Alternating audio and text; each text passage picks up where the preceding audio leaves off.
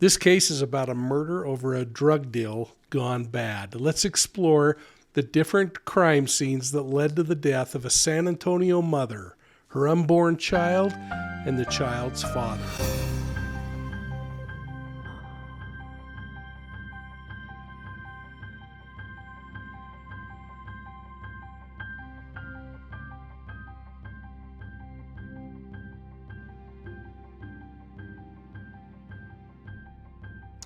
Hey, welcome to Profiling Evil, everybody. If you're like me, you've been watching the news unfolding in the murder of a young pregnant mom, her baby, and the baby's father down in San Antonio, Texas.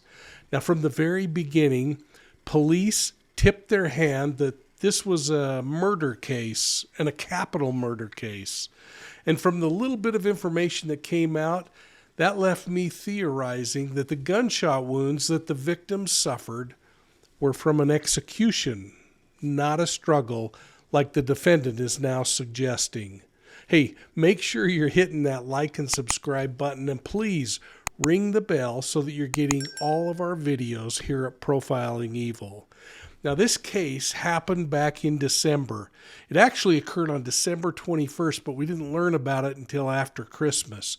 Just days after the bodies of pregnant teen Savanah Soto and her boyfriend Matthew Guerra that were discovered in an apartment complex inside Guerra's vehicle, police have their suspect in custody. And frankly, they're suspects in custody. They arrested the father and son duo of Christopher Preciado and his father, Ramon Preciado. And folks, if I've got some of these name pronunciations wrong, I'm hearing it a couple of different ways out there. Savanah Soto, a young woman, was going to have a baby boy on the next day. They were going to induce the baby. She must have been very excited about the upcoming birth, and reports are suggesting that she'd already named this baby. Fabian is the name that she was going to give him.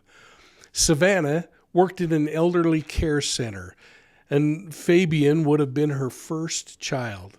Now, as more information unfolds, it appears that the alleged killer invited the young couple over to his residence to conduct some kind of an illegal drug transaction. Something clearly went wrong, and the victims were murdered inside the suspect home. Now, what I don't know is whether the father was at home at the time of the murder or he arrived shortly after. But either way, this is something that we can probably rely on, that the father did, in fact, either return home or was at home when he learned about the murder. Together with his son, they hatched a plan to move the victims from the murder scene, their home, to a separate location where they hoped that distance would separate them from this crime. Well, based on the information that's been released, I think we can now pretty safely theorize that they followed this path from the crime scene to the disposal site. And this brings up the first thing that I want to talk about in today's video, and that is that there can be multiple crime scenes in these complex criminal cases. For instance, when examining unsolved crimes, it's incumbent upon the officers who are investigating the case to determine where the victims and the suspects first came in contact with each other. Now, in technical terms, we call this the initial contact site.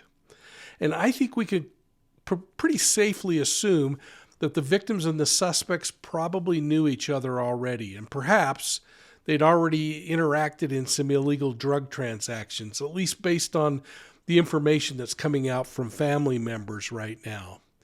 Now, in cases where the suspect and the victim might not know each other, the initial contact site's incredibly important because it's the one commonality that brings the two parties together, the victim and the perpetrator, brings them to the same crime scene in the same location, perhaps with the same interests and same motivations. Now, it's my initial impression that these victims and the suspect all knew each other. So the initial contact site is really less important at this particular time, but I'm sure that we're going to learn a whole lot more about this relationship in the coming days. And of course, during the trial that will ensue. Now, keep in mind that after the victims' bodies were found, Guerra's family told police that Guerra had been involved in selling drugs, and he was often posting pictures on his social media account of the drugs and cash.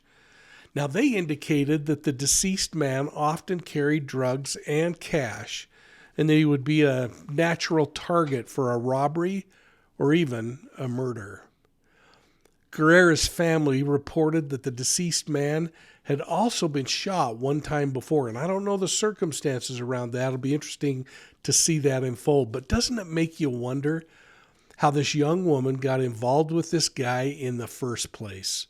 And why on earth was she with him a day before she was going to deliver her child and out doing a drug deal? And I'm not victim shaming, I'm talking about risk elevation. Now, the police have determined that the murder actually occurred on December 21st. That was a day before Savanah was supposed to go into the hospital and have her delivery of this child induced. She had passed her delivery date, but regardless, it appears that the expecting couple drove to Christopher Preciado's home in San Antonio for some reason. And again, likely an illegal drug transaction. Well, once inside, something went terribly wrong. Now, the suspect in the case apparently told police that there was a struggle that ensued, and when the victim pulled a weapon on him, he says, in self-defense, they fought over the weapon, which fired and struck both victims. Well, police say the evidence didn't add up, didn't support the alleged verbal statement made from the suspect in this case. And investigators determined that the victims likely died from an execution. This string of events occurred inside the suspect's home. And this brings us to our second crime scene that I want to talk about, and that's the actual crime scene, or the place in which the violation of state law, and in this case, the violation is murder, occurred. Now, the physical evidence, crime scene photographs, and any other forensic examination of the crime scene are going to be crucial in putting this thing together. And the state's case is going to have to push to the fact that it was, in fact, capital murder. And that's going to be interesting because in Section 19.03 of the Texas Code, capital murder, as I see it pertaining to this case, is charged when the state believes the person intentionally committed the murder in the course of committing or attempting to commit a kidnapping, a burglary, a robbery, an aggravated sexual assault, an arson, obstruction or retaliation, or terroristic threat. So I want you to kind of envision in your mind how this might have unfolded to fit this statute. Try to envision what happened as you think about the statute. It's possible that this was a robbery gone bad and that the suspect didn't invite the victims to his home to kill them, but in the course of attempting to rob them, steal something from them, drugs, money, things escalated and shots were fired. Well, after the murder, it appears that the killer, in concert with his father, according to police, constructed a plan to dispose of the victims.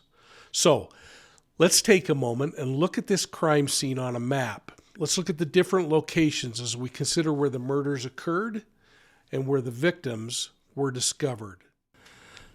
So as we look at this on a map and we see the United States, San Antonio is right down here near the Mexico border.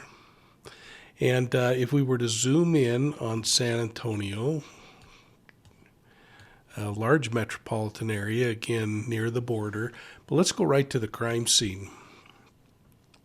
Now, everything that I've been able to find suggests that this happened in this home, and I'll show a little better picture of this, but this would be the crime scene, and I just grabbed some 3D imagery to try to make this a little bit clearer. But from there, the victim, after they were murdered, the victims were taken to this disposal site, which happens to be this set of apartments. And again, the same thing with some 3D imagery to kind of get a sense of the area. So if we were to go back and take a look at this and try to figure out what the most probable route is that the suspects drove in order to dispose of the bodies. It would appear they probably left the residence in this direction, made their way along this major thoroughfare down toward the apartments. As they neared the apartments, probably entered about right here, and then finally to the location where the disposal occurred. And again, this is all theorizing based on the evidence that's been released and the information that's in public records. So hopefully that's helpful. Well, now that we've looked at the two crime scenes from a geographic perspective, and I want to thank my friends over at Esri for letting me use their software to do this, let's take a moment and look at a video that was released by the San Antonio Police Department. And I got to shout out, the map that I was showing you also included the imagery from my friends over at NearMap, that 3D imagery. Now, after this murder happened, the San Antonio Police Department asked the public to help them find suspects, people of interest that were driving this truck in this video. And this is really important because we're now at the disposal site, and it appears that the killer is there with his father, and his father's out of the vehicle, apparently talking to the killer, who appears to be behind the driver's seat. Now, the father allegedly, and quite dramatically in this video, takes out a towel and wipes down the door of the vehicle, suggesting that he might be trying to remove any physical evidence, such as DNA.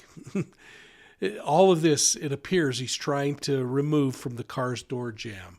Well, here's where we see the charges that the father's facing. He's currently facing abuse of corpse charges. But I suspect they're also going to amend that and add on to there an attempt to destroy evidence in this murder investigation. Now, San Antonio's Police Sergeant Washington Morosco didn't pull any punches in his comments to the press when he said, quote, "Christopher did the killings." Went on to say, quote, "His father helped him try to hide the car and the victims," close quote. So the two individuals we just walked out today, again, is a father and son. The first individual is the father, the second individual is the son. They're going to be charged, the son's going to be charged this evening with capital murder, and the father's going to be charged with abuse of the corpse. So we do expect more charges to be pending. So I'm not going to go into the whole thing. We all know what kind of led us to where we are today. I will say that when we recover, or when the bodies were discovered on Danny K, obviously the investigation began. SAPD detectives made that location and started collecting evidence.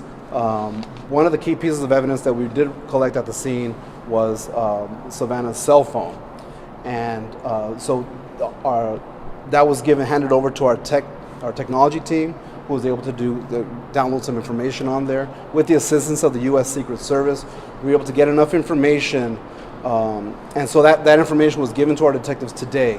With that information, the detectives were able to find a possible location of where the suspect vehicle that was released on that surveillance camera, the surveillance video, possible location where that suspect vehicle might be. They made that location, and sure enough, the vehicle was there. They did a little bit of surveillance on the video, or on the vehicle, and then were able to determine which house it belonged to. They went up, knocked on the door. The first gentleman, the first individual, the father answered the door. He knew why the police were there. Was cooperated fully with the investigation. We're right here to headquarters, and our detectives were able to start interviewing both the son and the father. Again, they were both at the home. They were both brought down here, and the interrogations began.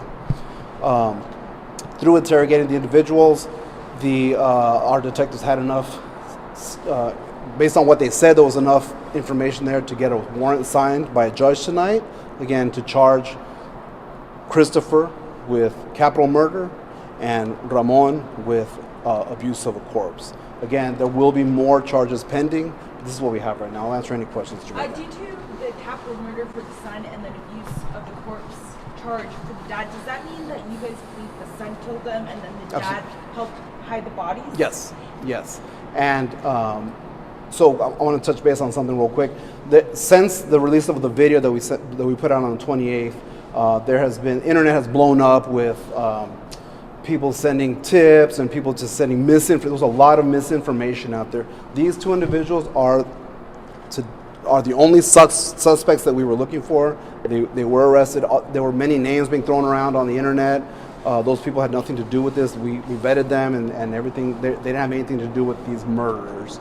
So the individual, again, Christopher, we believe committed the murders of Matthew and Savanah, and then Ramon helped. Did they say why?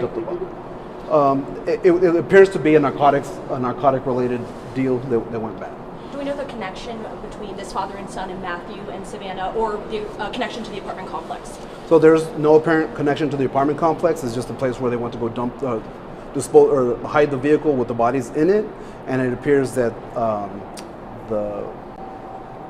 it was a drug deal. So there was like a drug connection to the suspect and the two victims. When you say abuse of a corpse, can you talk about that a little bit? Was there any mutilation, or is that? It's just when you hiding the body, moving the body after discovering that and all that kind of stuff. Yep. When he killed them? When exactly? So the December 21st, which is a Thursday, just before midnight, is when the actual murders took place. On that. Mm-hmm. And are they going to be charged for the baby? Because in the state of Texas, technically, they could be charged for a third. Right. So like I said, there's going to be possible charges pending, more charges pending. Our detectives are going to talk with the Bexar County DA to determine if they're going to be any charges facing any charges related to the unborn baby. And do we know if she was dilated at all? I didn't have that information from the medical examiners. I know that she was scheduled to be induced. And she didn't make her appointment, which is why the family went to the police to file the missing persons report. Did he say where exactly they killed them? I don't have exact location. We just know that they were killed at a different location and then taken to the apartment complex to dispose of the vehicle and the bodies. Well, police were able to also find and access the data on Soto's mobile phone, and they used that to track her location. And, with that request to the community to identify the men in the truck, tips started pouring in, and that led to the discovery of the bodies in the apartment parking lot inside the vehicle. Now, police, taking that data from Soto's phone, used digital forensics with the help of the U.S. Secret Service to follow Soto's movements throughout this crime spree. That led them to the suspect's home, where they discovered the truck and the suspects. When police knocked on the suspect's door, the suspects let him in and they agreed to talk to them. And it was then that police, later at the police station, unraveled the entire plot. The suspects were placed into custody and charged with different charges. Now, the accused killer, Christopher Ray Preciado, was initially charged with abuse of corpse and altering, destroying, or concealing a human corpse, as found in this information I pulled off of the website at the sheriff's office. News reports are now suggesting, though, that he's charged with capital murder. The alleged killer's father, Ramon Preciado Jr., has been charged with abuse of corpse and possibly altering, destroying, or concealing a human corpse, as found on this document on the sheriff's website. So there's the case. I'd like to know your thoughts on this one, folks. And I'd like to know if a deeper dive into the different crime scenes is something that's interesting to you, and if it's helpful as you look at these crimes that are occurring around the world. Now, if you like this short discussion on crime scenes, hit the like and subscribe button and share this with your friends. And if you like that segment, go over to Profiling Evil Academy's playlist and check out the entire Academy session. But make sure you check it out, different crime scenes as well as the other investigative principles. And make sure you're visiting our website, www.profilingevil.com. It's a great place to see what's happening with current cases, find ways to reach out to me, and ways to access additional content like our story maps. Now, you can find Profiling Evil on Facebook, Instagram, Twitter, and of course, right here on YouTube. And if you like audio podcasts, make sure you're checking out Profiling Evil podcasts on your favorite podcast platform. This year, we're doing a special series that we're calling Down the Rabbit Hole. I think you're going to like it. So thanks for your support of Profiling Evil. Hey, please make sure you're putting choir practice on your calendar.